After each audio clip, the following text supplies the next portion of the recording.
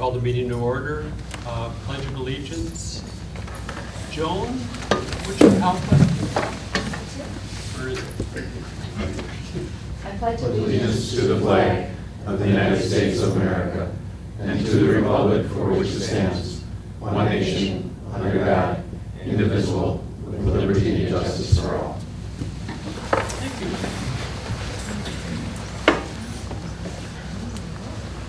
Call the meeting to order. Everybody except Kenley is in attendance. Is there a motion to approve the agenda? So moved. Second? Second. All in favor? Aye. Public comment. Anybody? I don't think so. Is there a motion to approve the minutes? So moved. Is there a second?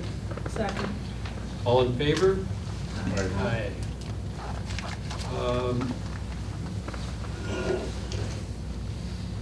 Communication, Dave. Okay, thank you.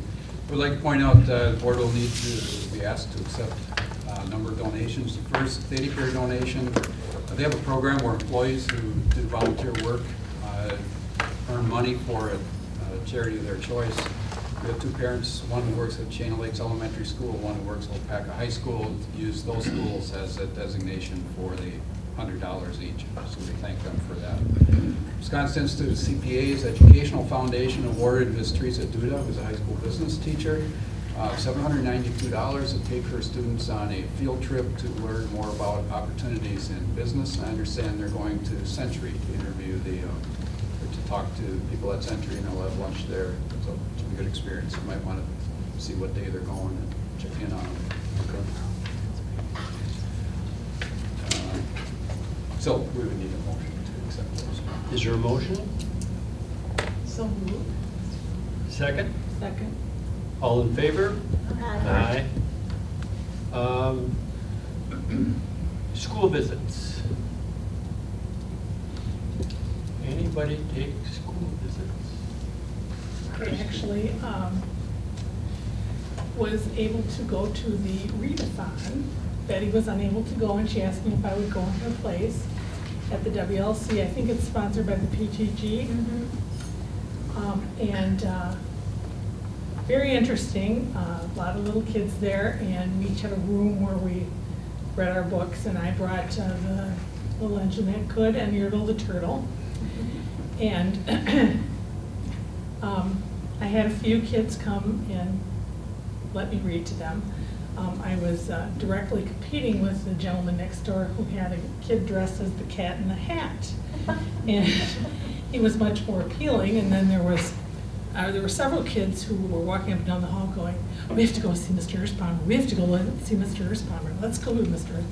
So I kind of encouraged him to come in a little bit, but it was fun. It was very much fun. And then I went to Parents Forensics Night at the high school, where the forensics kids do their demonstration of their whatever, their readings, their speeches, and whatever. Very interesting. I think he said there were 7 or 8 kids going to national. Do you remember? I believe it was 7. 7. The And Nationals will be in Chicago this year instead of Washington. Yay, nice and close. But Mr. Steinhorst is their coach, and Mrs. Cummings was their assistant, and then Josh Christensen is another assistant. He wasn't there. But it was very interesting, and I think forensics is something that kids can use their whole lives. I mean, there's nothing better than being able to stand up in front of a group and speak. The dramatic ones were very dark, yes. Very dark. Scary even, some of them. Yeah, there wasn't much in the humor vein. But that was nice. I enjoyed that. Most of the parents were there. Some of the kids had other commitments, but as it was, it moved till 9 o'clock. They had awards and so forth after they did the demonstrations and so forth. So it's very good.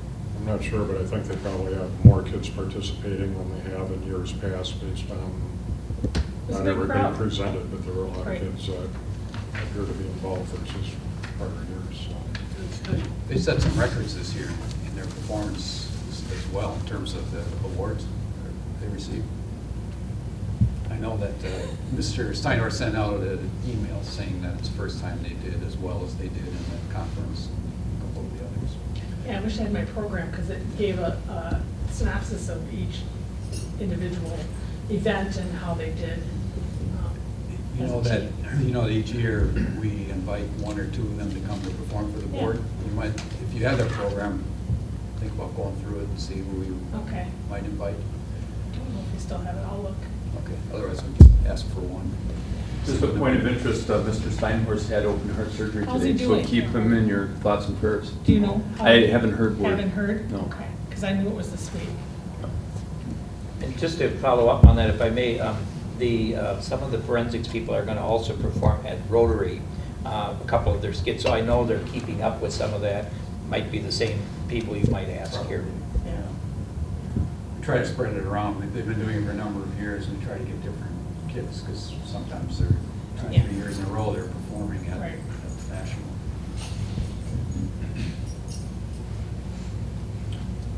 I did go to the Learning Center. I spent some time in Mr. Warren's class in which they were discussing government, checks and balances, separation of powers, and even got into a bit of a discussion about school uniforms and whether or not that's a good idea, and whether or not students, and these are third graders, should be told what to wear, if they would like that or not like that, and there was actually quite a discussion in that regard. One of the students in that class actually had just moved in from Louisiana, where they did wear uniforms every day, and so Mr. Warren asked if they still had it and would wear it the next day, and while I did not go back the next day to see it, my understanding in a follow-up with Mr. Warren was that the student did indeed wear it, and was very proud to be able to display it. So that was interesting. I also spent some time in Mrs. Tamaris' class. I'm not sure what kind of software they were using, but they were going through slides that the students had developed very much in a PowerPoint format. And the two that I went through with the students were on Martin Luther King Jr. Excellent job. They put their own photos in that they had found on the internet, and the descriptive characters to the side of the photos. And one of the young men asked if, actually Mrs. Tamaris was talking about how when they would mail it to her, she could put comments on the slides as to how they might be able to improve something, or little tweaks on it. And so that brought up a whole discussion about emailing those projects around, and one of the students asked if he could send it to his sister in the middle school, because he was very proud of what he had done, and she expects big things from him, and he wanted to share that. So anyway, it was I was very, very impressed with what they were doing. Also made a visit to the middle school. That was earlier in the day, and I had the opportunity to spend some time talking to a number of the teachers there. One of the things that came up, though, with regard to the incorporation of the fifth graders at that school is, this is the third year? Second year. Was the request for some sort of playground equipment out behind that building, indicating that the fifth graders are still at a point at which that would be beneficial to them. I would have to defer to those that are around them more than I to know whether or not the necessity is there versus having them go up closer to the learning center or not. But it's something that I think is worth discussion as to whether or not it would be appropriate to get some equipment for them at that facility. Have you heard that, Mr. Ram? Is it? The teachers requested, Oh, and I haven't had any kids come up to me and say, can we get equipment? In the beginning, we tried having kids go up to the WLC's Right. equipment. There wasn't a big push, they'd rather not have that walk and do things around in the parking lot. This group does have some interesting habits. There's some kids who play with cars, some kids who like to play in the sand, others who play a lot of football. So it's a very diverse group. I'm sure that if we had equipment, someone would play on it. Let's talk about it.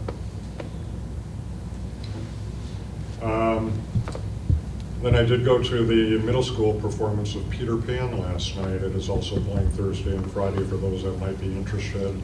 I believe there were over 90 students involved with the production itself, and that's on-stage portion of it, as well as 12 students on the stage, crew and sound and lights, and then however many in addition to that were involved with prop construction and painting. So it was really, I was very pleased with the performance. The voices of some of those students were more mature than I remember singing voices at that age, or at least that I had at that age. You were singing? And I will not go any further Yeah. than that. So I would recommend anybody that would like to, it's hour and a half maybe, and they're on both Thursday and Friday night.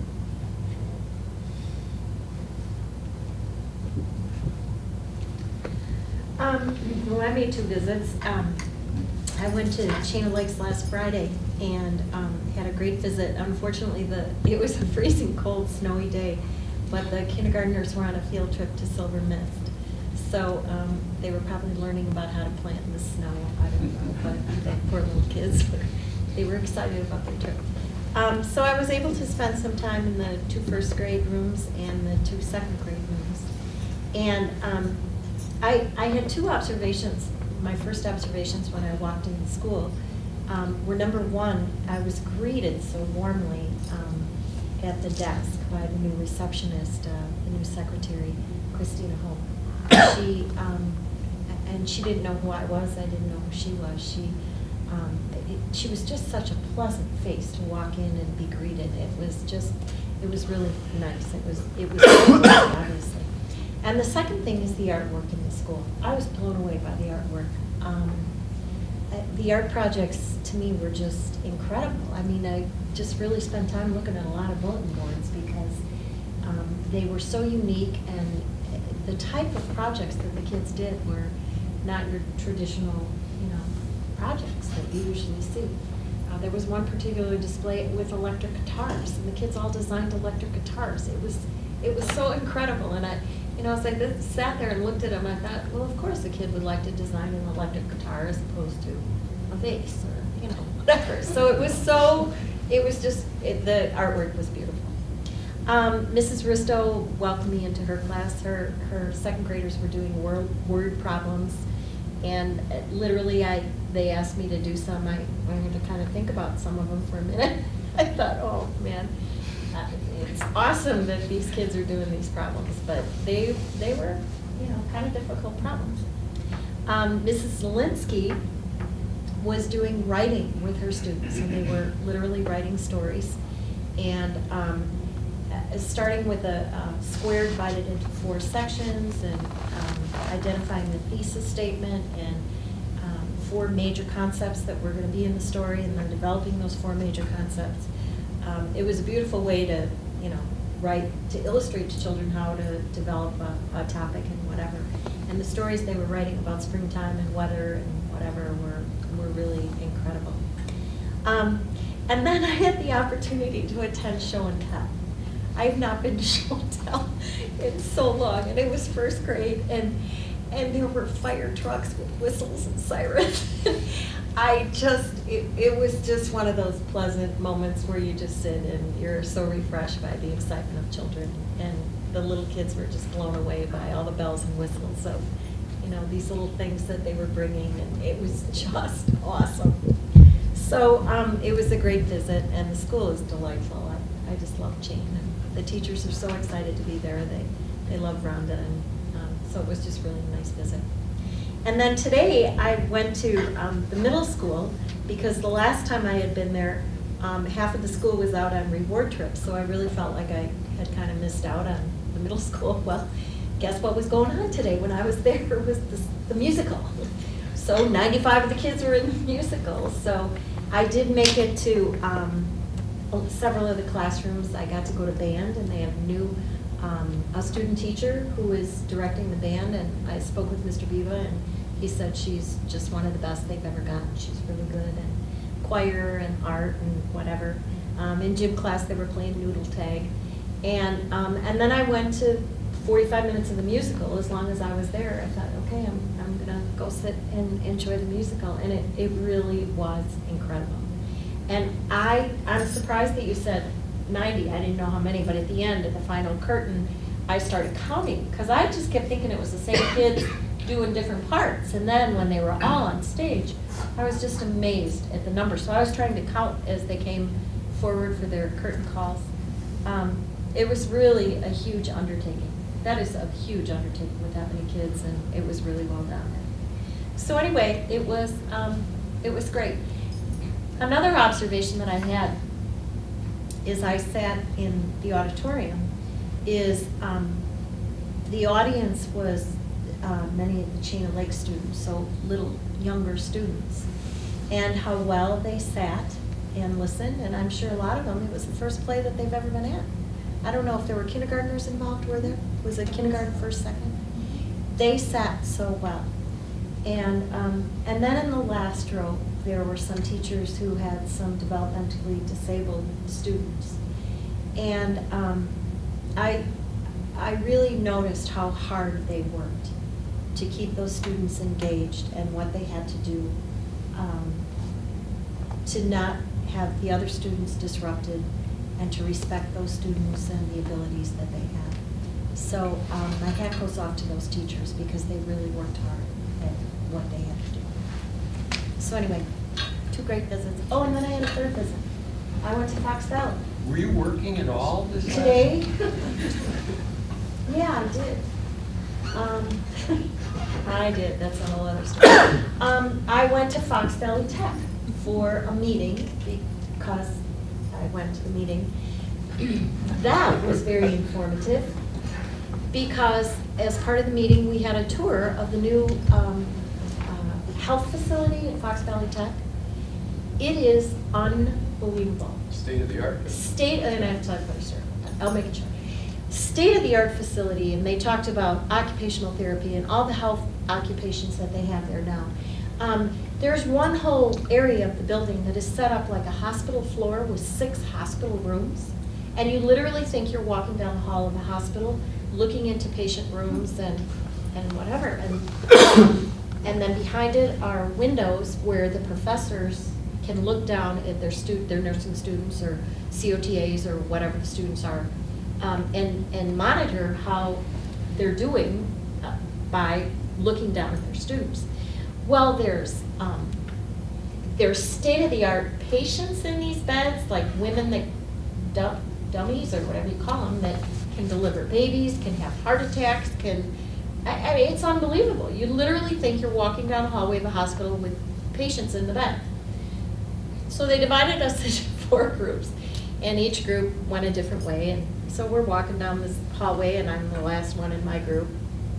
And I look into one of these hospital rooms, and there's a gentleman in the bed. He's a big man. And he's laying there, and their hands. A real gentleman now? No, a dummy. Well, so they're laying in the beds, they're covered up, they're in hospital gowns, they have covers on, whatever, and their hands are down, his hand was down. And I look, and I see a hand move.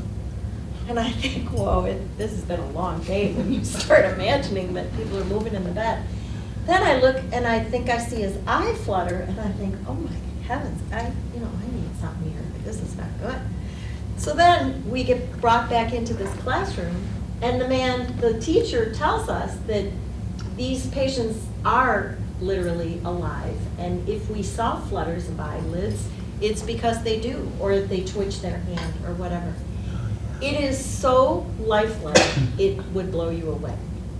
And I was just, I was really proud to be part of an area that our school districts just support something like, our taxpayers support something like that, because it's an incredible facility, and how awesome that we have this for our young people to learn these medical occupations, because it was great. So thanks for give me the opportunity to go. What about the election process? Did that work? Yeah, it worked. There were 5 that were running and 3 were elected. Mhm. Did it come down to a gender or? No. No? No, one gentleman didn't get any votes, I felt bad for him, but, it was good. So 3 got a, Thanks for doing that. yeah. Mhm. Thank you. For those of you who don't know, the process for naming Fox Lake Tech board members is that the school board presidents in the Fox Lake Tech region get together once a year and interview the candidates and then select the board members for Fox Lake Tech. So that's the meeting that you went to. 3 selected this year, you said? Mhm. And there are some diversity requirements. There are gender and diversity. Gender requirements and that- occupations and, And occupations, right. Mhm. And sometimes people get squeezed out because they're in 1 or 2 categories and then aren't Mhm. eligible for other ones. well, the president of the board got re-elected.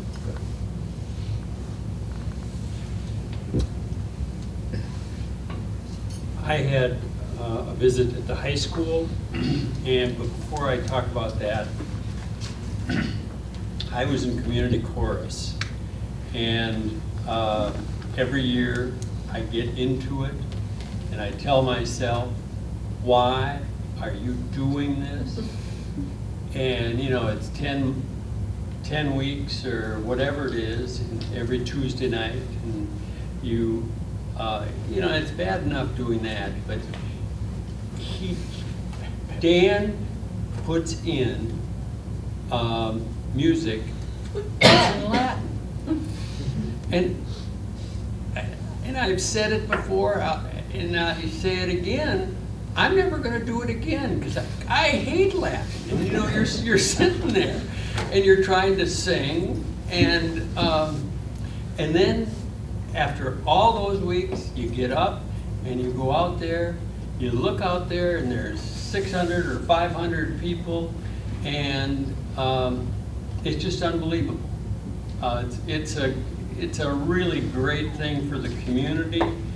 It's a really great thing for the participants, and a great orchestra and soloists. It's one of those feel-good stories. And if you don't have a chance to sing in it, you should go to it, because it's a real treat. And again, once you're so proud that you're in there because of the facility this school has. The Performing Arts Center is just unbelievable. We're very fortunate. To answer your question, the reason you do it every year is because the feeling you get at the performance makes you want to go back and do it again. Because easily you forget the 10 weeks of practice and remember that performance. And you always forget, you tell Dan, I don't ever want to try to talk in Latin. And the next year comes along, and out comes the Latin. Do you know what you're singing? Don't have a clue. You know, in previous years, there was English underneath it, but this time, there was nothing. Is it sacred music? Oh, absolutely, yes, very sacred.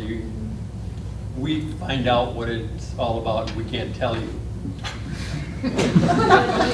Very sacred. That would laugh at us.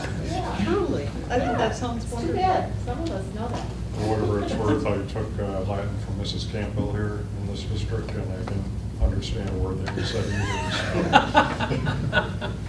Steve, I had a visit, or you, if you have another dream. I was just going to say, I spent some time at the high school today. I've got a question for all of you.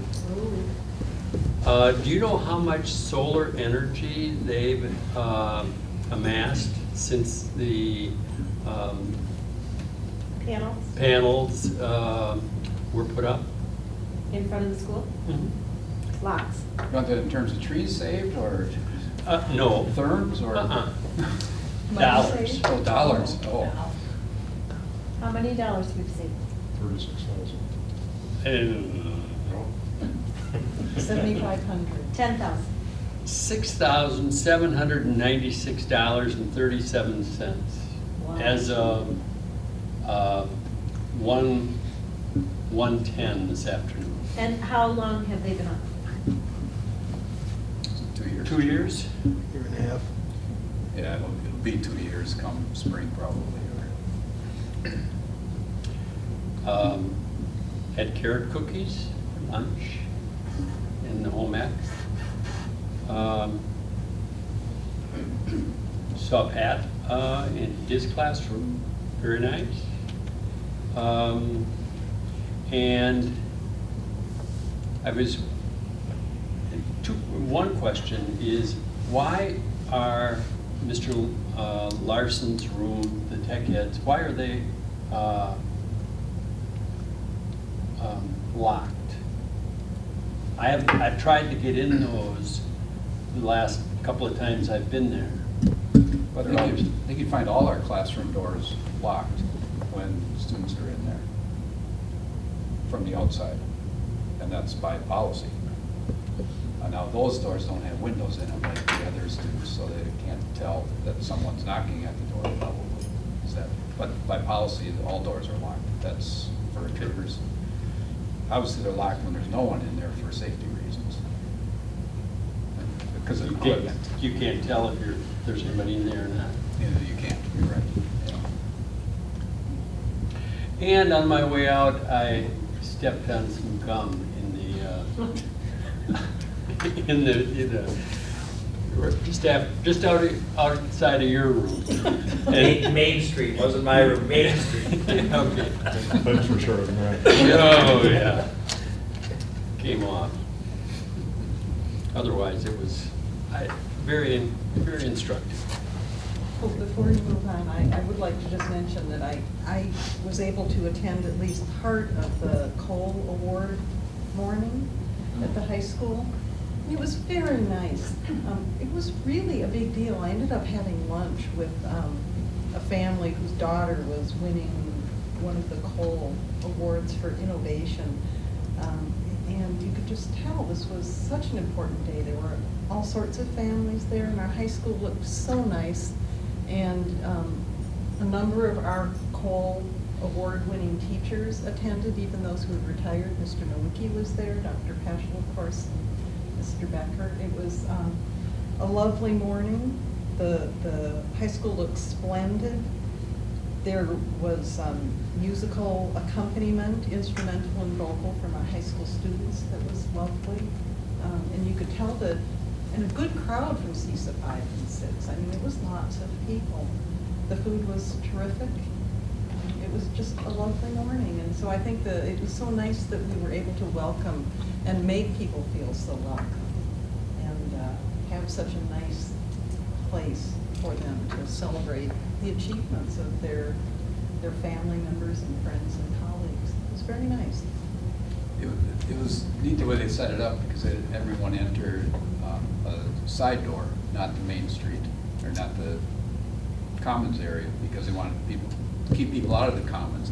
So they enter into Main Street, and that's where they had all the hors d'oeuvres and the entertainment set up, so people just congregated up and down Main Street, and then went into the commons from there. It really was, Mr. Becker organized it with Ms. McGrath, and they had their organization down to a T. They knew exactly what they wanted for food and all the other hors d'oeuvres and things. But I was, as always, just very impressed walking down our Main Street and having all these people congregating there, looking at the storefronts and the different, and I think they asked the teachers to spruce up their storefronts a little bit because the guests were coming, and it was very impressive, it was. Mr. Felt said he developed the storefront related to the Common Core standards.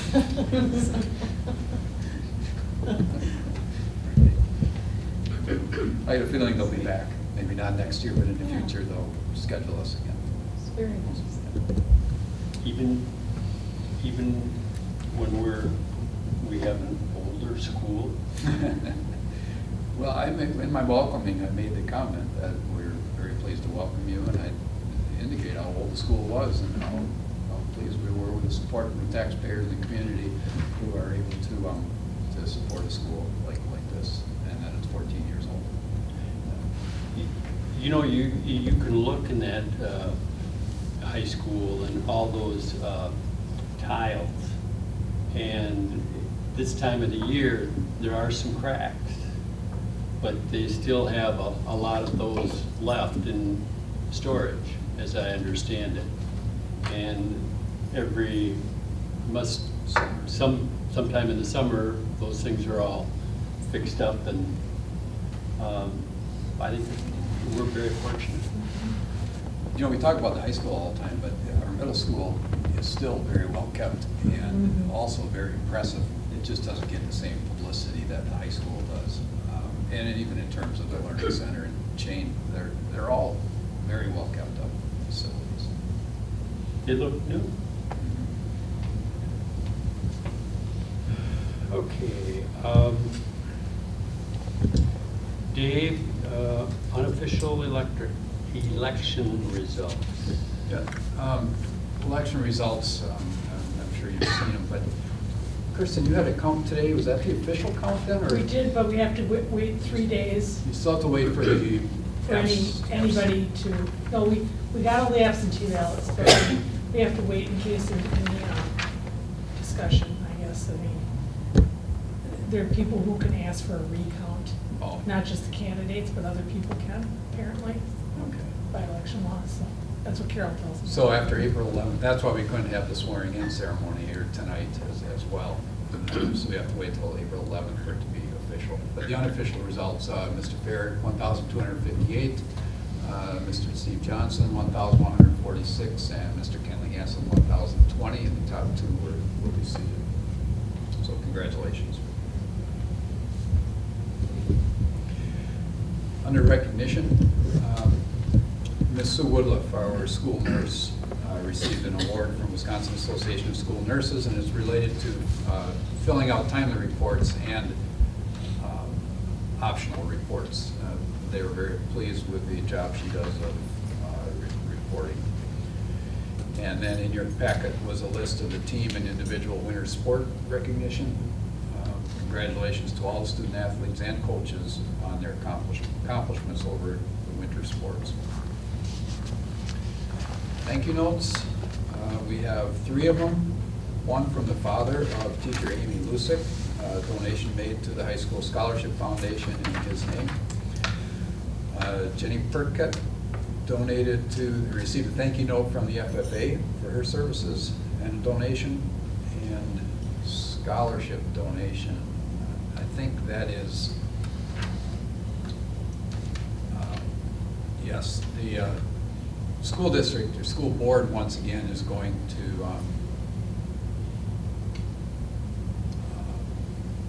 fund $500 towards a scholarship for students. That's an annual, you remember it started when the board was recognizing different employee groups each month, and we decided that rather than give out the trinkets or small awards, we would donate to the Scholarship Foundation. So that's a thank you note from the foundation.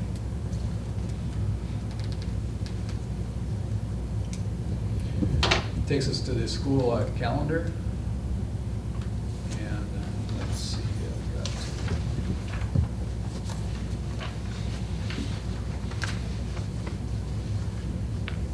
board members, I put at your place a written summary of administration's recommendation and a calendar showing the end of the current school year and the beginning of next school year, so you can look at the actual dates that we're talking about. I'll try to put some of that up here as best I can. But here's the summary. We lost 4.5 days due to inclement weather so far this school year. This was written, sent out on Thursday, and I'm thinking Friday morning. But we lucked out, and it was fine.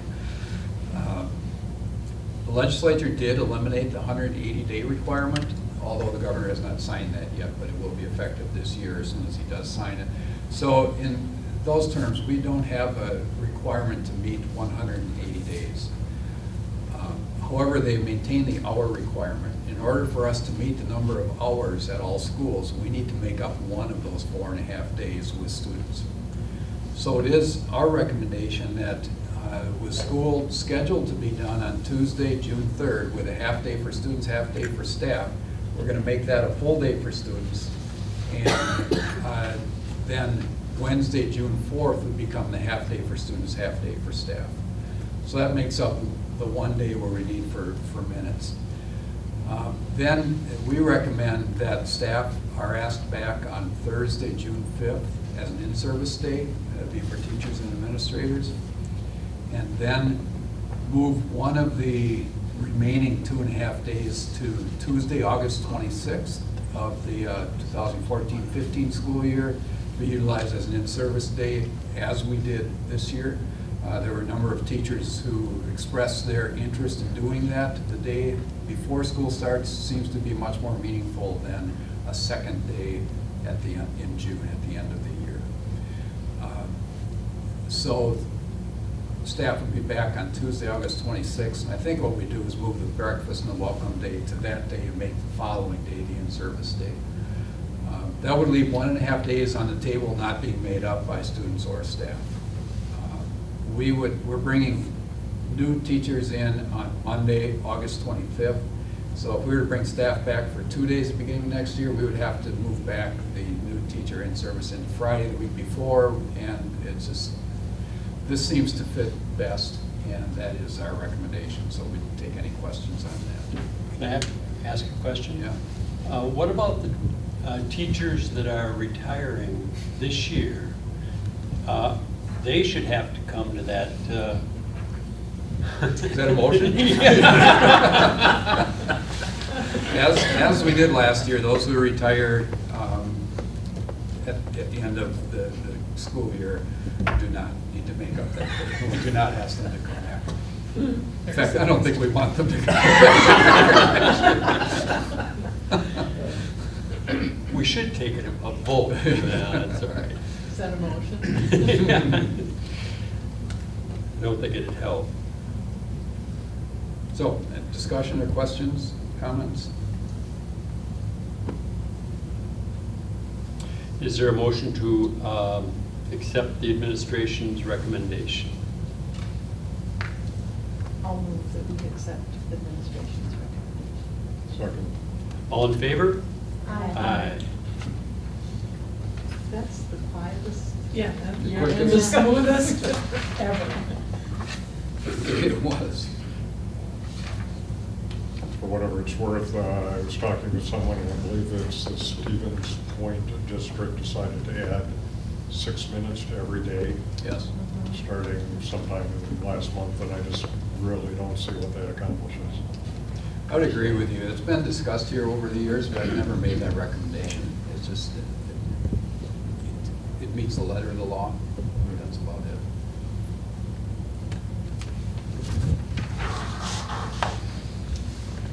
Administrator.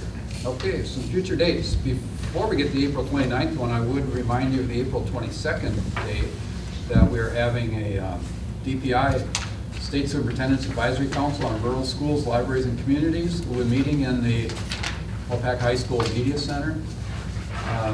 I sent out an invitation via email to board members, and as far as I know, we'll have Betty Mannion, Connie Baldwin, and Steve Shambo there at 9 o'clock to be introduced.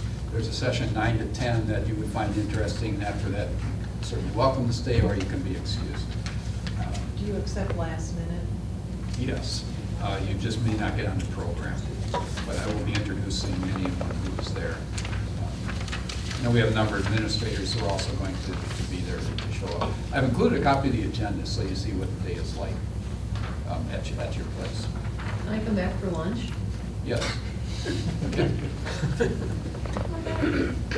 There is a breakfast too. There is? Good to know. The entertainment is on your agenda, right? You'll see that we have the same groups that perform for the Cole will be performing for this event as well. And we will have an opportunity to showcase the building and programs, as you can tell by the agenda here at the end of the day.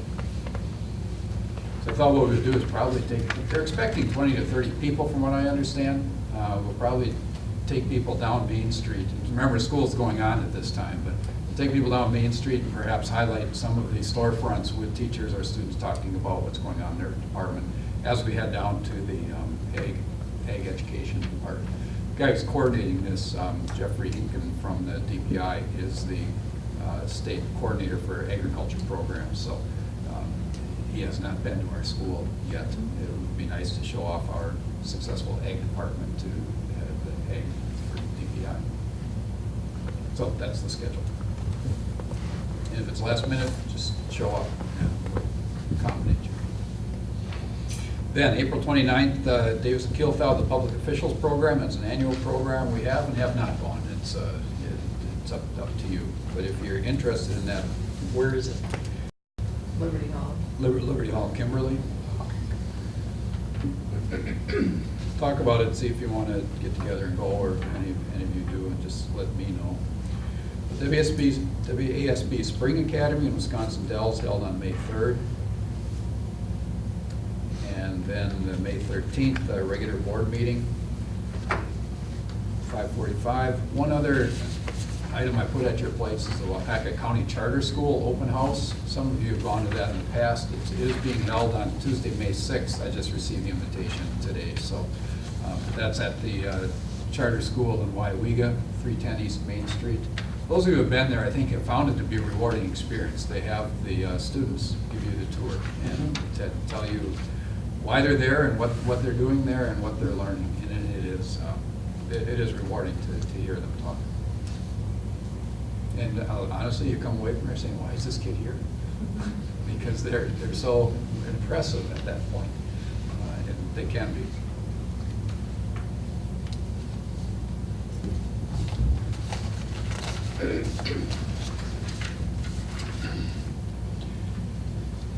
We need to set the organizational meeting date and time.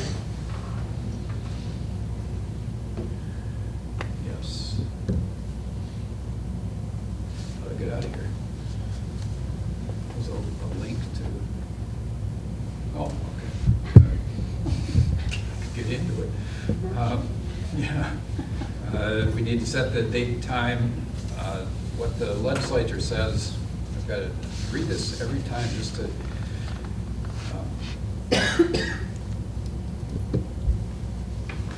if we meet on the 28th, we can administer the oath and have our organizational meeting on the same date.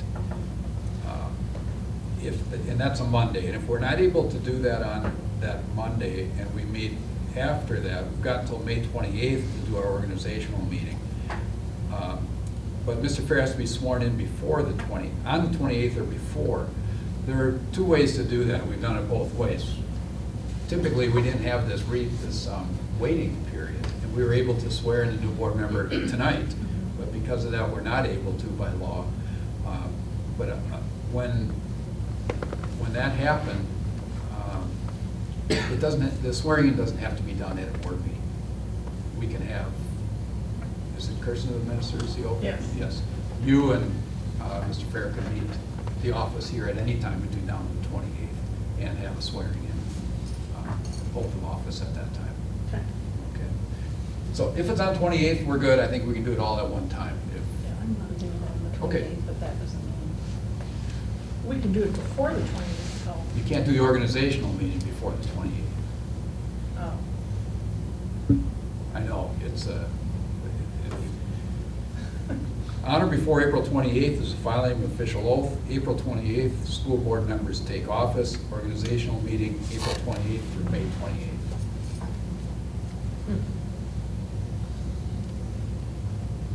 By statute. We can make it the 20th. Who can? Mhm. Who could make it? And let's talk about, Yeah. let's talk about time. We've met at 7 a.m. in the past. The meeting takes 20 to 30 minutes, typically. You know, in that case, I probably could, I forgot. If we met in the morning, you think you Yeah. could? time do you have to be at school? Technically speaking, 7:30. We met at 7, it would be fine with me. I'd be willing to give them a waiver and let them arrive I was 15 gonna minutes say, late. should we give them a pass at this, or what? We'll write them a note. Yeah. Yeah. Is that day okay for everybody then? Sure, sure. Fine. 7. Okay, 7 a.m. on the 28th.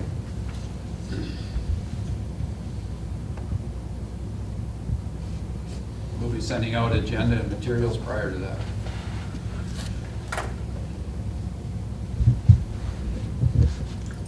Okay. Brings us to board monitoring. One or more of you, Betty at least, went to middle school one time and was very impressed by the Last month. technology. Yep. And you said middle school and asked if we could schedule Ms. Holman to come Yep. here, and whatever Betty wants, Betty gets. Doesn't work that way in my house, but whatever. So here we are. Do I need to do anything? Besides apologize to Betty? Yeah. Can we move the screen back just a little?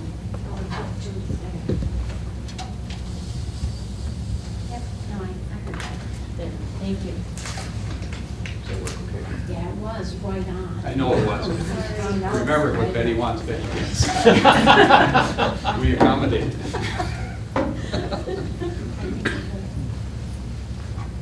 Okay. All right. I'll adjust as it starts. Thanks.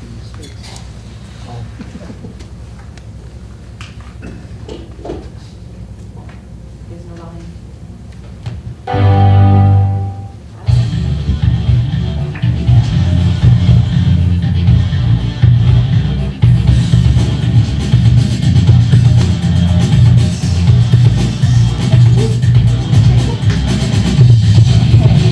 right. Brakes. Dr. Pesch's computer wants to take charge. It does. I can turn No, I'll just unplug it.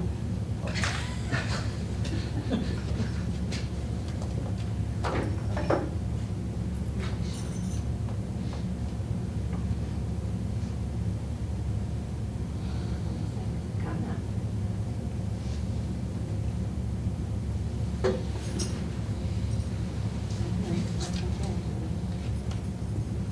Oh, this is so good. It's quiet.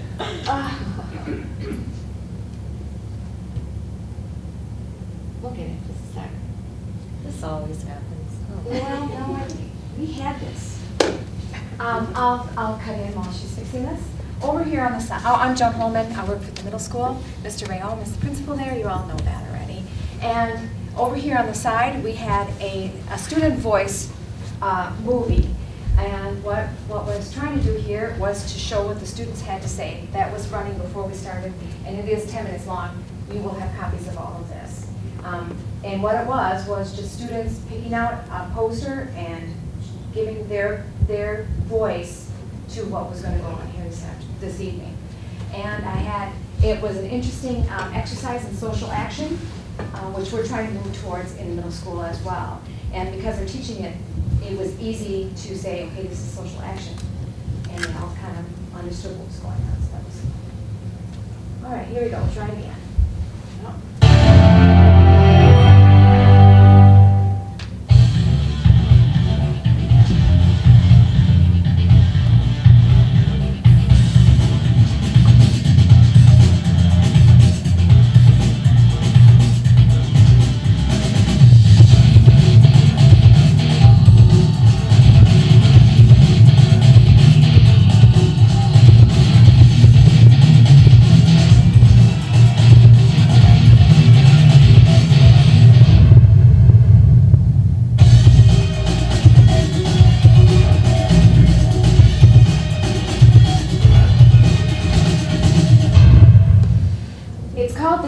Disruption.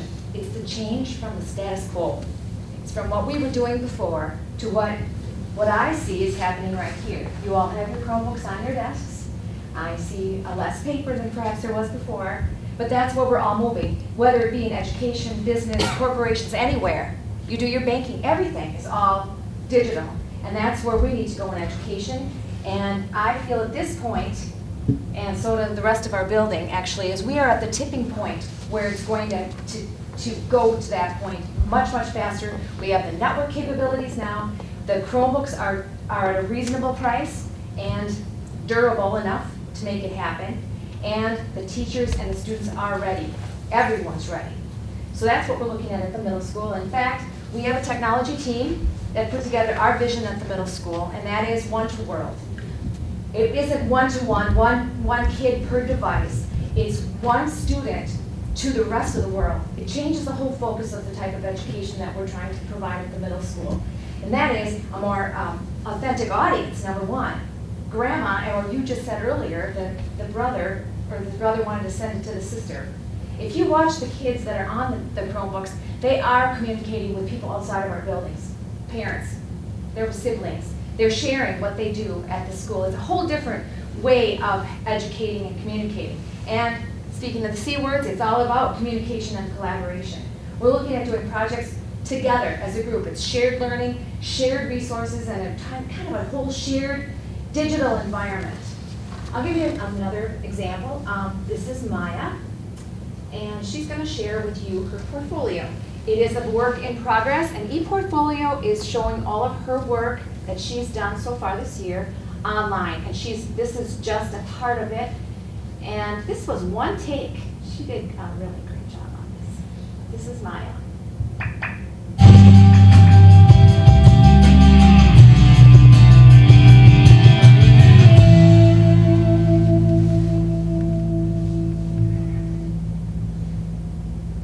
Hi, I'm Maya Snyder, and this is my ePortfolio.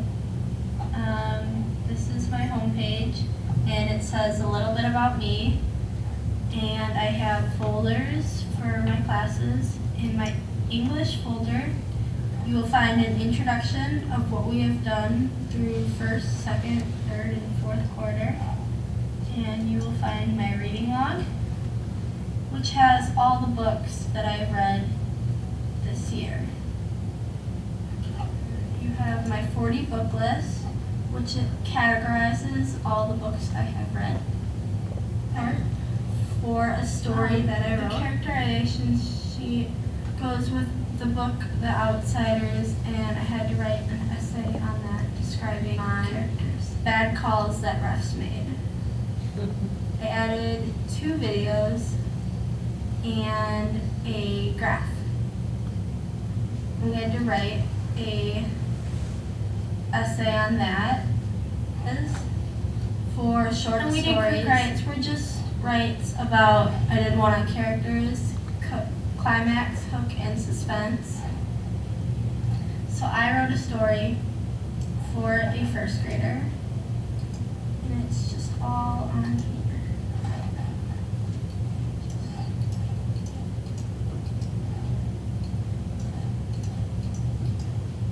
We import all the photos, all the writing, and did videos describing each piece.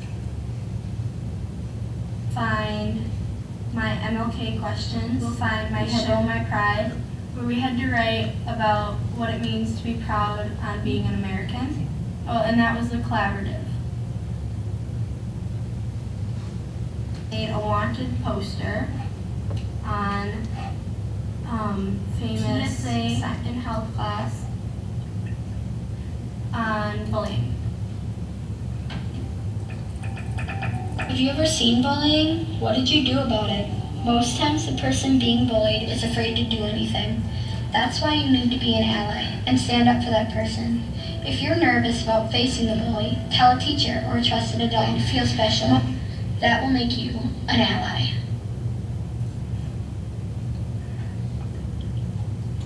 And that is all I have on my ePortfolio. Thank you for watching. And what are you going to do with your ePortfolio? I am going to use it all through high school and use it to get into college.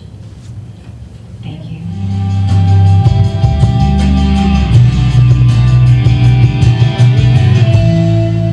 All of our students are putting together ePortfolios of their work, and what is interesting about it and cool about it is teachers can get in there and collaborate with them and comment with them. but all of their work can be parked in one location. And the student, the parents, the families can see the progression from where they are in 5th grade all the way up through high school and beyond.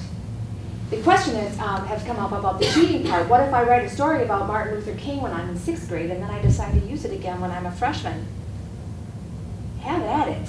You know, that's the improvement, redo, rewrite, reassess, because a 6th grade product is not the same as a freshman product. It shouldn't be anyway. And so that's what they're looking at for watching the progression. So I'm going to be sending you this web page, but I'm going to show you what else is on here. The second page is under resources and examples. And on the left column, I just got to Z and quit on student technology uses. It's been 2 years now. I could keep going. But you can take a look at what we've been using it for. I picked up these notes by walking down the hallway in 15 minutes one morning from teachers. What they said in what they thought about what their uses, their most important uses were. For teachers, the story I told Betty Mannion about teachers is technology is making their jobs remarkably more connected with their students. They communicate far, far more, collaborate, comment on their documents, email back and forth with their students. But it also does the stuff on the side. Grading papers was the one with one of the teachers graded 110 papers in 10 seconds. She was out in the hallway going, yes, I got this all done. Now I can do all of my other work because this is not taking all my time. These types of programs that are available to teachers are growing unbelievably so because as more people get on into the Google network. That's been great. And then making buildings better are IEPs with Maureen Marcon. They're all online now. They will all be online under Infinite Campus as well. We did a district-wide disciplinary program running that runs all on Google and Google spreadsheets. And that's gone well, and we're working on getting new websites developed for other departments using just all of Google products. Down here is an example of a calendar. These things are absolutely phenomenal. Mr. Lemke today said, they gotta know how we use calendars. These are absolutely great for communication again, sharing things. We, at the middle school, pretty much cannot live without our calendars. Is that correct, Mr. Reno? I use mine every day. We can't live without them anymore. There's links on the bottom, but on the right-hand side are all the other links that you can go to that you're welcome to go look at projects that are already out there. I just threw up some of them that are there. But lastly, the vision. We have a vision at our school about one student to the world, to one world. So what's next? Well, we want to be the what's next. Specifically our school, don't we, Mr. Rayo? Yes, we do. Specifically our school. But we are looking at a couple of things that are immediate challenges, and Ms. Iden and I went through those, really tried to cut it down to what we really, really need. And the first one is we need professional development. We need sustained and just in time.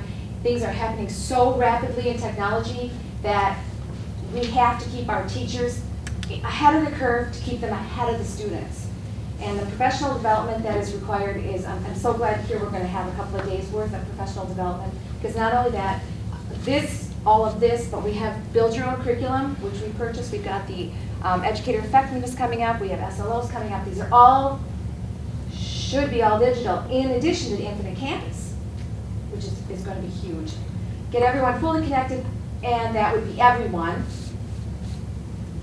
fully connected. Because it would have been really great to share this out earlier to all of you, because that would have made it, that's really what we do at the middle school, is do a lot of sharing. And then make sure the curriculum is relevant and extend it to the larger audience, larger world. We're going to be changing what our focus is. It's not just student giving it to a teacher anymore, it's student to the world. Would you like to add anything? You did great. Hold on. Joan, is this all through Google? All this was, yes. I mean, is that what your goal is at school? Ms. Iden and I are looking at Google as a learning management system for not only students but teachers and staff. to look at that as an entire wraparound system. Yes, and if you're on Google Plus, there are all kinds of communities that are working on the learning management side of Google. And it looks like that's where people are going. If you look at the universities on filtering on down, they're leading the show, but this is so effective at our level, especially at the middle school level. This has really, really been effective. And the teachers are so on board. They are seeing what the possibilities are. We have 45 Chromebooks per level, per grade level right now, which is like let's just say we just need more Chromebooks and more access to the internet, to what we can do with this. Ms. Iden says we can handle another like 45 per level, which would be great. But we need to move in that direction, and that's what I'm kind of promoting today. Joan, are students actually putting together these portfolios and when they apply to colleges, sending? Well, I'm middle school. But eventually, I don't know where they are now. Are kids actually doing that? Is that part of the Portfolios have been process? used from high school to college, college to graduate school to postdocs. I mean, it's just changing from this big binder to an online version where you can have so much more content and much more interactive than it's ever been before. So give an example of when a teacher applies for a job with a portfolio. In the past, a teacher would come in and had a binder, and you'd pace through it. You know, it'd have a lesson plan, it would have some examples of student work, and maybe a prior evaluation that they've had that they were just proud of. But they just carry that thing around, and it'd be a big chunk. Well, now they can say, here's they can put it on a link via an email, or it can be, we've gotten little business card DVDs that have some of the same stuff. There's just so much more that's available out there now to showcase. They can put if it's a teacher interviewing, they could have a lesson or a video of their lesson that you can watch, and so you can see almost what you're getting before you get them. Do you have the capabilities to continue this through high school currently? In terms of Well, technology, correct. yes, we have. Yes, we've already started. Okay. The social studies department this year didn't buy textbooks, they bought Chromebooks. So each one of the social studies classrooms has a set of Chromebooks that they're using. We've got 6 labs at the high school that are in constant use. And so as we move forward with more and different technology, it's not about what the device is, but using the devices and using them in a number of ways. And Google has been great because with Google you can use it on the Chromebook, or you can use it on a Macintosh computer, or you can use it on a Windows computer. You can go home and use it, you can use it in the library, and all of your information is always right there when you log into Google. And so yes, the high school is moving in that direction. The joke before was that Ms. Holman said, I'd like to send all this stuff out to board members on their Google accounts. And I said, well, they don't have Google accounts. We've got one board account, that's how you get onto your Chromebook and into your documents, but you don't each have one. And we transitioned to Google from first class. Is it 2 years now, or is it that long? It's been one full year One for the whole full year, result. and then for the whole A year and a design. half for. Right, but it took a transition from first class to Google. Now all staff have a Google account, and that's why I asked the question that, they're building these things within Google, but we are, limiting isn't the word, but the opportunities are there if we all stay within Google and move forward with that. And not only all staff have a Google account, but all students, 3rd grade through 12th grade, have their own Google account. So what they're building in Mrs. Tamaris' 3rd grade classroom, we're just going to continue building upon as they progress through the grades. So you get your Google Calendar, that's what we were talking about with the calendar, incorporated into this. You've got spreadsheets and Word documents, called Word, but you can do all those things, and you can translate. You can take a Word document and drop it into a Google Docs. So it is pretty slick. But it does take everybody in the organization working in that same direction, same theory. Joan, I have, well, there are 3 questions, but they probably all are tied together. Just, your comments are so interesting. Could you talk a little bit about what you mean when you say authentic larger world, and about the relationship? You say student to the world, the interaction that you might envision, and also you said that you are emphasizing social action as well. And That so, just was a tie-in to the 8th grade. The 8th grade class is doing social action. They're going out to doing something with the elementary. I believe they're, I don't know what they're doing. They're going to King for something. They're all doing it. They're trying to just show them what that is. In hopes, I do believe you have something with social, something at the high school, social. Do you mean a service thing? Service thing. Oh, okay. Maybe I Yeah. should have said, maybe, Okay. said it that way. But when I went to make this video, I had one little announcement on the PA, and then at lunchtime, you just hold up a sign, and the whole crowd just kind of comes right on over. So, and they understood what it was. Mhm. So that was kind of interesting take on that one. But authentic audience, when you're pulling together something that, let's say a student put together a movie, and they wanted to share it with not just their teacher, not just their classmates. They're looking at a broader world. One big thing in Google is called Connected Classroom, where all these teachers are sending in, please connect with me. I live in Australia. I want to connect with your class. We want to find out about climate change. All these things are available to us now. Google Hangouts is huge. That's where you get together and you can see each other. Like Skype, that's all happening right now, and people are reaching out to broaden who they're dealing with, who they're affecting. And what that does is it makes it a more real life, to me, a real life education. and something where there's actually collaboration with the rest of the world, not just going out and doing research and bringing that back, but really conversations. And the sharing part where the comments come in, or where you send out things and people are all online together, all working on the same thing together, is absolutely a very remarkable thing to experience alone, much less not even talking about the product that comes from it, which is multiple minds working at one project at one time. Very cool. What was the third question? I think you just went okay. backwards. Okay. But that was fine, thank you. Joan, can you talk about the coding? Okay, in December, Bill Gates, all these multimillionaires got together and decided that students weren't learning enough about code, because code is the backbone of anything we do on the internet, and everybody should at least understand what it is, if not be able to read a little bit, if not be able to write a little bit. Tell them that coding is programming. Coding is programming. I didn't know Coding that. is, so that happened in December, and we missed the boat on that one. So we decided to call it a month of code and did it in February. And we wrote 158,000 lines of code in February.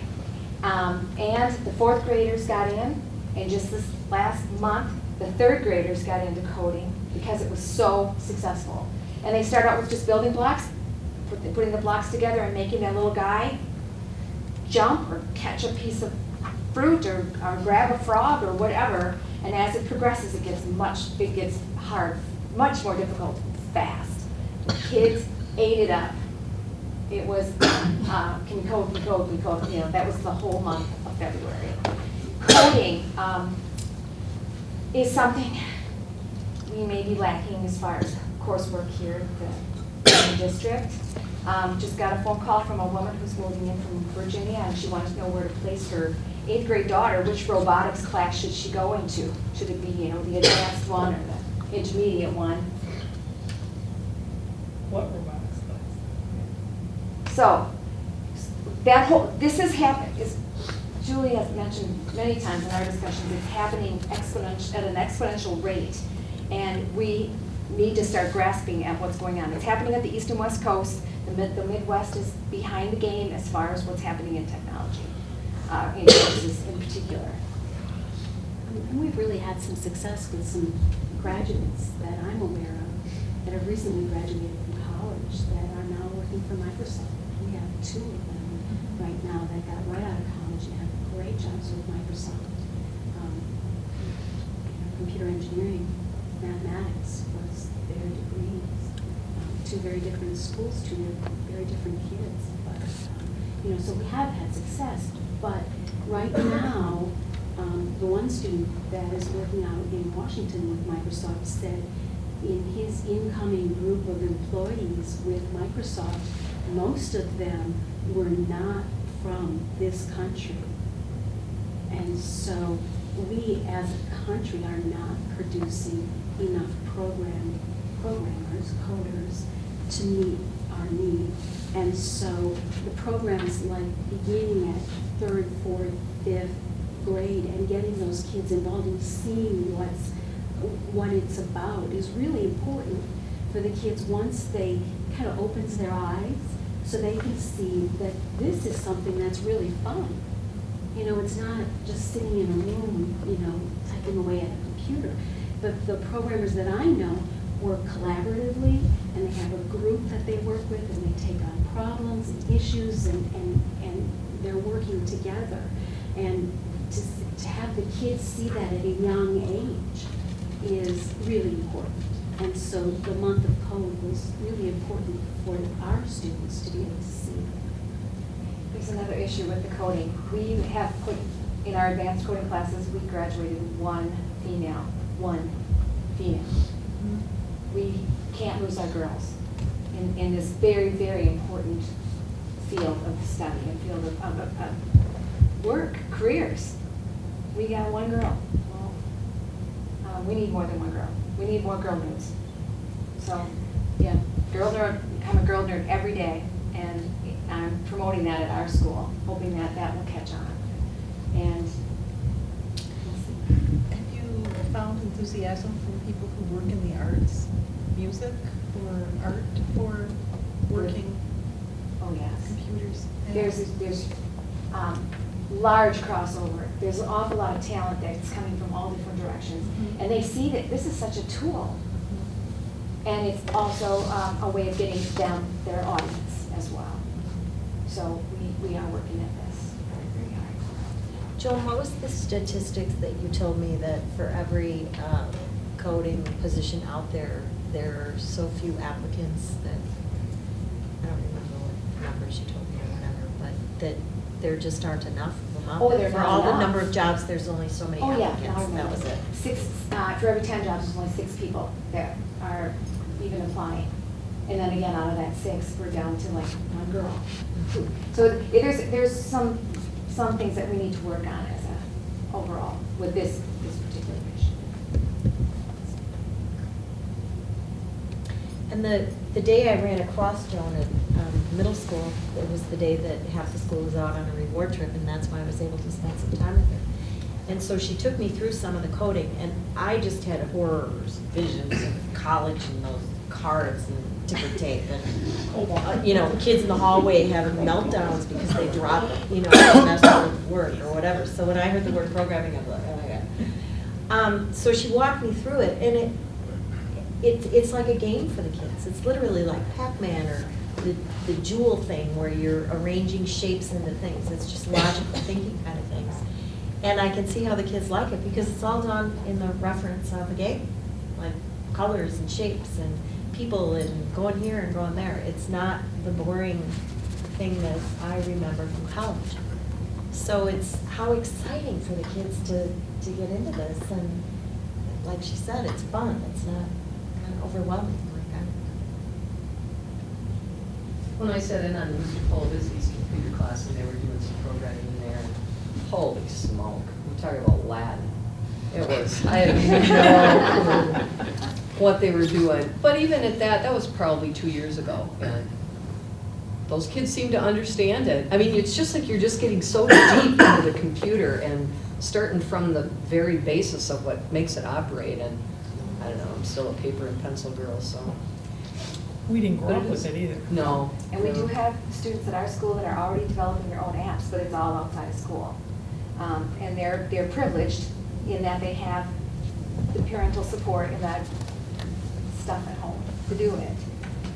We need to reach all of our students to give them those opportunities. The vision that you have, and obviously Mr. Rayo has, is, because he was agreeing with you every time you said, right, Mr. Rayo. What kind of hardware needs would still be required that we are lacking at this point? More devices. Pardon? We're looking at more devices for students. Chromebook in particular. We're looking at Chromebooks because the price point of a computer is, $600, $800, $900. A Chromebook is $279. And so, I guess where I'm going with, how many are we looking at to reach this kind of a vision? Well, the goal for next year is to double what we have now, which would be about one device every 2 students. The ultimate goal is to have one device for every 1 student. Now, whether that's bringing your own device, whether that's, we have different things, but eventually we'd like to see that be realized because there's so much use of it. They're always in demand. Even our computer labs are still in demand because they have some different programs that aren't on the Chromebooks. So there's always a want and a need, and they're finding use for it. The more we get, we didn't have this last year, and now they're saying, we don't have enough. Well, we have more than we've ever had, still not enough. How many kids bring their own? We currently don't do much of that. They are allowed to have, like they'll bring a Kindle or something for reading. But we have not had much with them bringing their own device for use in the classroom, or coding and things like that yet. So eventually would kids have their own and travel class to class to class with it? Is that kind of what you're? it's the ultimate goal. That- We'd that's- like to see it that way. That would be a very nice thing. We'd like to have them take it home. There are a number of districts that passed a referendum this year in order to have one-to-one computing so that they could buy Chromebooks for every student in a particular grade level, maybe 6 through 8 or something. Not entire districts, I don't know, but through a span of grades where each student gets their own Chromebook. How do you do 6 through 8 without addressing 9 through 12? Or 3 through 5. You'd have to ask them. Does Google have classroom grants or anything like that? Are there grants out there that can be written to, like, Bill Gates or? Yeah, give a call, Betty. Yeah, whatever Betty wants, whatever. I'll Just call, ask Bill. I'll Just call ask my Bill. friend Melinda. There are schools right in our area that have them. Iowa's had them now for several years at the high school level, and I believe at the 8th grade level. And places like Waupaca have them one-to-one already, from middle school on up. Stevens Point, in our little area here, so there has been some precedent. How many do we have? I mean, do we have 50%? How many? I mean, in other words, how many of the students have access to them? They all have access, but they can only use it half-time or quarter time, or take it home one night a week, or? Did you No. say you have 45? We have 45 per grade level. level. Grades Grade. run 106, 180 kids. 1 for 4 right now, if you want to. Yeah, and We've we, got about one for every 3, some kind of device that connects with this, an iPad, a computer, or a Chromebook. Now that being said, they're not all equivalent, and there are different uses for them. We'd like to get the same kind of device, if possible, in everybody's hand, because then we can work at the same time at the same things. It makes more sense that way. And a Chromebook is the most cost-effective Absolutely. of all of them. What might be the lifespan of a Chromebook?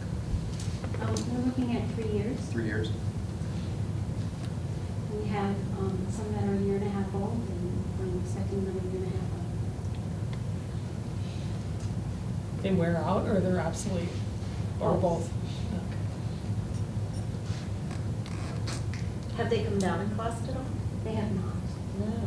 But they were priced to sell in the beginning, though. Yeah, they, $279 for a device as powerful as a Chromebook is a pretty nice price point. And when you talked about, was it the social studies class you said this year didn't get textbooks, they got Chromebooks instead?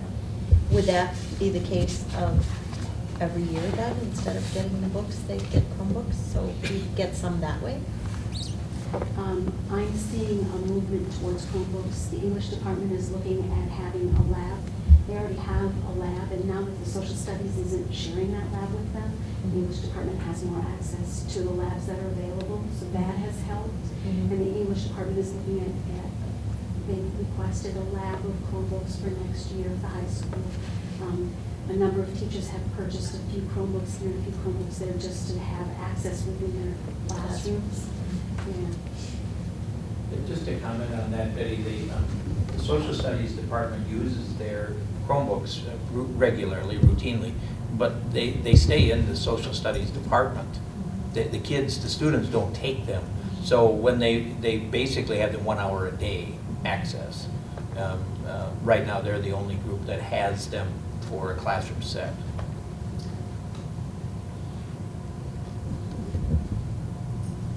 One more thing, how are our smart boards doing? Are they wearing out, are they? No, they're doing great. Are they? Okay. Yeah. I just wondered, because it's been several years now that they've been It has. replaced. Yes, and they're doing great. Are they? Excellent. The decision of buying the Chromebooks, and what makes it difficult is by the time we get caught up and have enough, we'll be having to buy, It's constant. we'll have to redo those that were bought 3 years ago, and, But we used to do that with textbooks. Yeah. but not 3 years. No, not 3 years. No. And so that's, the back end's gonna catch up a lot quicker than it used to. But if you budget for it, Well, the turnover.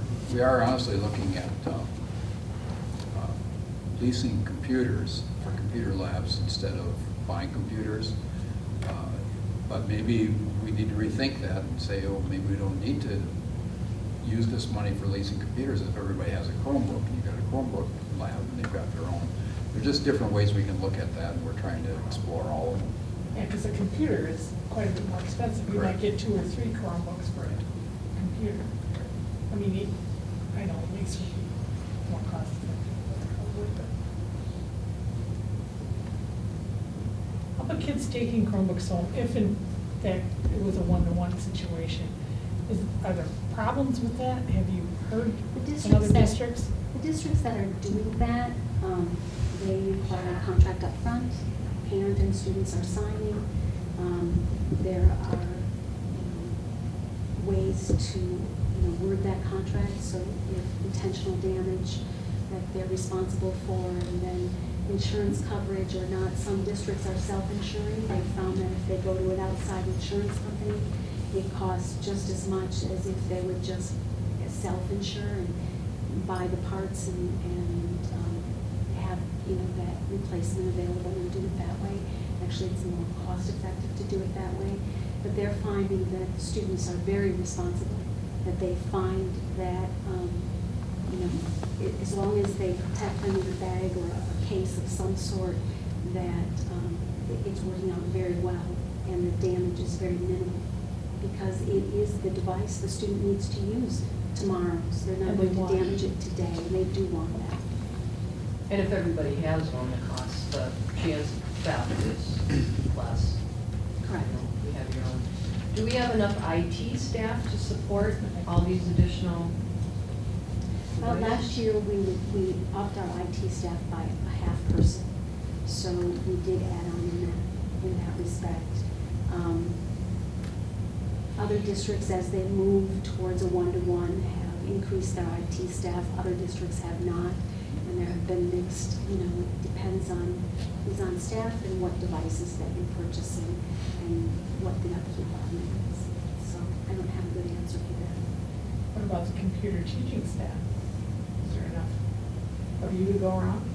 Well, you know, the computer teaching staff changes because no longer are you teaching computers, but you become, and as you know, Joan is no longer teaching, the kids don't come to her in a computer classroom.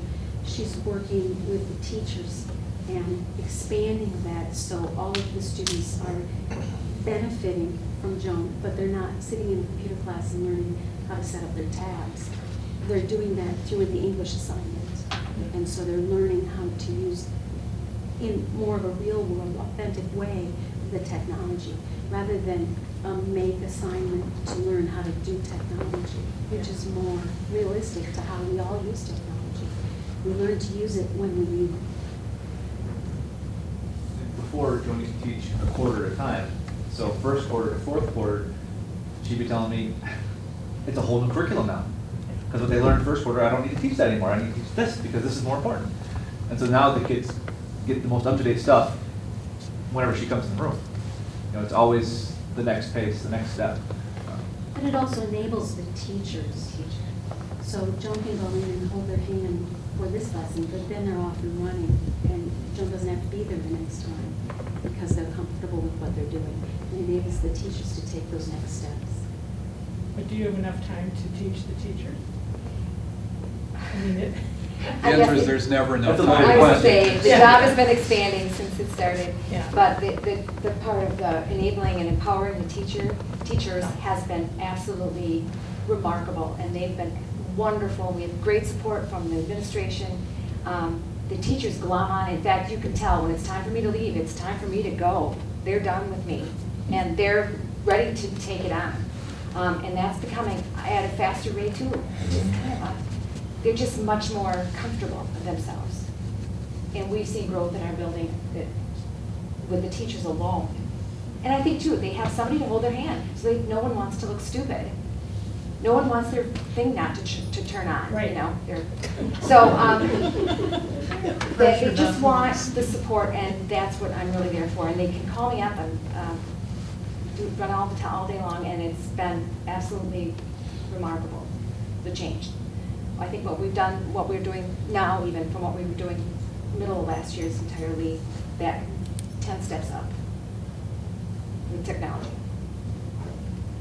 what about grade, the third through, I guess it would be third and fourth graders now? I just talked to Mr. Lemke today, and he said, put a good word in for us over here in the elementary school. We need more access. And they do. I think we've been really fortunate to be kind of at the forefront of what's been going on, and I think the staff has been so motivated. And we're just the right age. I think that our group is the right age, because they're all like way all into it, where you don't have some of the personality issues at the high school that you would have, and then the elementary have the immaturity level. But the elementary isn't being completely left out. We have iPads. We have iPads per grade level. We have 3 labs of Chromebooks and a lab of Chromebooks in the library. So they are not left out. They just want more. And doesn't Mr. Lemke have a cart filled with technology? Like a good human. But this, again, this is our vision. I want to kind of wrap it up. My 10 minutes is up. But just wrap it up that we need the vision shared with you all. And that's the number one reason I'm here. We need your vision. Just show where do you want to go, which direction should we go? Because we're kind of all going, I feel like we're all bubbling down here. And we need all of you to be bubbling with us. Thank you. Thank you. Thank you. Great job. You can work on your enthusiasm just like Your passion. It's just fun. You did a great job. Use it for Spanish class.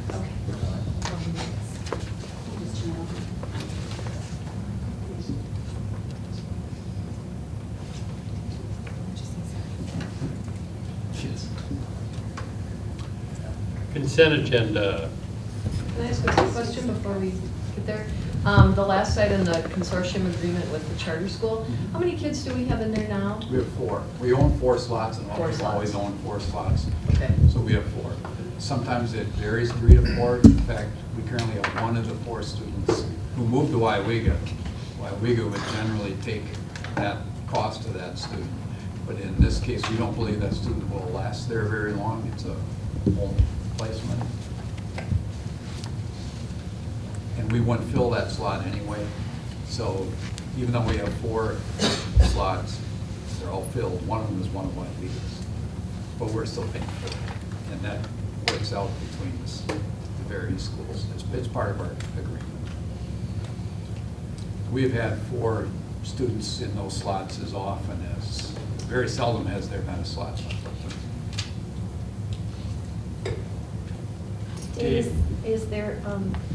Is there anything new on a 4-year-old kindergarten? Well, a lot new on 4. You want to tell them about it? Oh. Every day there's something. Oh, okay.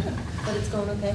Yes, Okay. we had our student orientation and registration. It went really well. We currently have 104 4-year-olds registered among the 4 sites in the community, 2 classes at WLC and 1 at Chain. And we're expecting more to be signing up soon. I just got the 4K startup grant application in the mail, so we'll see what happens with that. We were pleasantly surprised that the startup grant might still be available. We thought that we were told it would not be available, but about 2 weeks ago, they said, oh, yeah, by the way, it is, but you have a short period of time to write it. But Rhonda wrote it, and I signed it today, and we got it in, so. Yay. Yeah. You want to talk a little bit about that other grant too, the Lead to?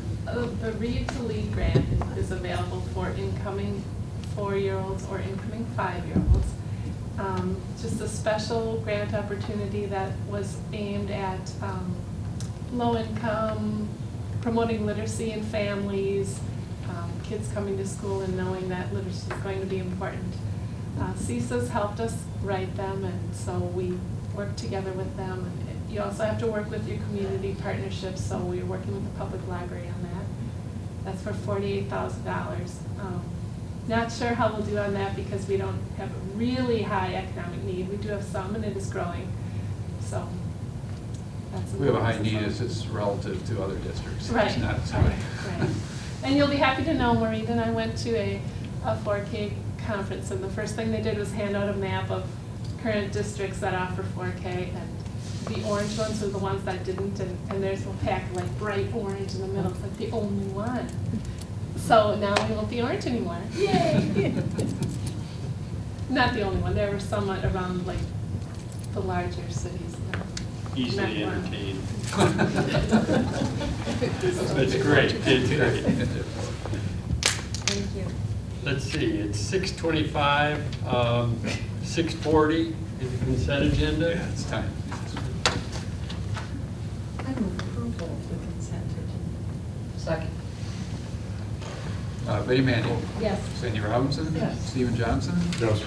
Kirsten Greenfield. Yes. Connie Baldwin. Yes. Stephen Shambo. Yes. Motion carries 6-0. Before we adjourn, I think this was a great meeting. And I really appreciate all that you opened our eyes on and making sure that Dave's going to have to dig up some money. You know, and also the room does look really great, and I'm sure Vicki was the pusher, Vicki and her feng shui and whatever. So yeah, please tell her it turned I will. out beautifully. She did a lot of the coordinating and Yeah. running to different stores and doing all of the, getting things put together, so I will tell her. Thank you. Where are the old chairs? The conference room Oh, okay. up in the front, along with one of the tables, the wing tables. That was put- All of the equipment that was in here at the tables, all been recycled. Some tables have gone to the Ruby's Pantry. They were needing tables to display their food on. And others were put out different places in the district. So, and the chairs were put into the conference room up there. So it was all put to use. Nothing ended up in the garbage. Good. Two items before we adjourn, not on the agenda, and I will be brief. One is I would like consideration of inviting Mr. Felton to discuss a project that he's currently involved in. Had the opportunity in a walk through the high school to talk to him a little bit. And I think everybody, it's his story to tell, not mine, and I think everybody would be very, very interested in what he's involved in right now. Then secondly, I was at the visitation funeral for Barry Lucy, and I will say that obviously the number of teachers that he and Mrs. Lucy touched throughout their time at the schools and outside of the schools, just based on the number of people that were there, the phenomenal people, and to see the amount of support with the number of teachers that were in attendance was very heartwarming. And it's incredibly important to take. So.